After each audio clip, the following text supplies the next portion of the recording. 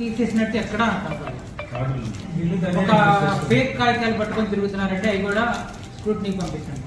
6 module చేస్తాము, 6 కౌంటర్లు పెడతాం అన్నట్టు ఏదో ఫేక్ కాగితం నాకు ఒకటి కనపడింది.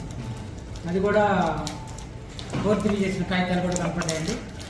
ఇక్కడ అయితే మాత్రం రికార్డు ట్యాంపరింగ్ జరిగింది. ఎంతమంది వస్తున్నారు, ఎంతమంది పోతున్నారు అన్నది వాళ్ళు దాచిపెట్టి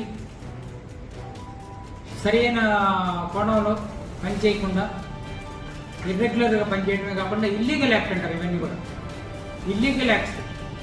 లీగల్గా పని చేయకూడని పనులు వాళ్ళ గవర్నమెంట్ హాస్పిటల్లో చేసి మన హాస్పిటల్కి కోట్లాది రూపాయలు దాదాపు మీరు ఎంత చెప్తున్నారు? రఫ్గా 46 crores గత 2015 నుంచి లెక్కేసుకుంటే 40 కోట్ల పైన ఒక స్కామ్ జరిగింది. అంటే మనకు రావాల్సిన డబ్బులు రాదు. వచ్చింటే మరి ఒకళ్ళు ఏసీ అడుగుతున్నారు, కార్డియాలజీ ఒకటి అంటే ఏసీ అడుగుతున్నారు, ఆడియోమెట్రీ అంటే మనం మిషన్ ఇవ్వలేకపోతున్నాం. చిన్నవి కూడా మనం కొనుక్కోలేకపోవడానికి కారణం ఏంటంటే మనం వ్యవస్థలో ఉన్న లోపాలు అయితే మాత్రం ప్రస్ఫుటంగా కనపడుతున్నాయి. వీటిని ఇండెప్త్ వెరిఫికేషన్ చేయండి. నేను అబ్బాయి కలెక్టర్ గారు పెట్టిన లెటర్ ఇది చెప్పేసి ప్రింట్.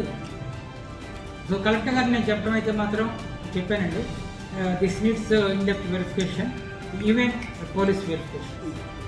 పోలీసులతో గ్రౌండ్ రియాలిటీ ఒక సిఐడి విచారణ చేయిస్తే కానీ బయటకు అవసరమైతే విల్ రికమెండ్ ఫర్ దట్. మీరు మీ రికమెండేషన్లో రాయండి. ఏం చేస్తే బాగుంటుంది, నష్టం జరగకుండా ఎలా ఉండాలి, ఫ్యూచర్లో ఎలా ఉండాలి. ఇప్పుడు ఇంకా ఒక దాదాపు 1 కోటి రూపాయల పైన మనం బాకీలు ఉన్నాయి. ఇవాళ అయితే 76 లక్షలు కడుతున్నాం. ఎక్కడో వచ్చాడు తీసుకొచ్చి, అవి కూడా ఈ హాస్పిటల్ డబ్బులు ఉన్నాయి కాబట్టి 50 లక్షలు మన సిఎస్ఆర్ఎం గారు కష్టపడి జనరేట్ చేసేందుకు ఆయన కూడా ముందు చేతులెత్తి నమస్కరిద్దాం.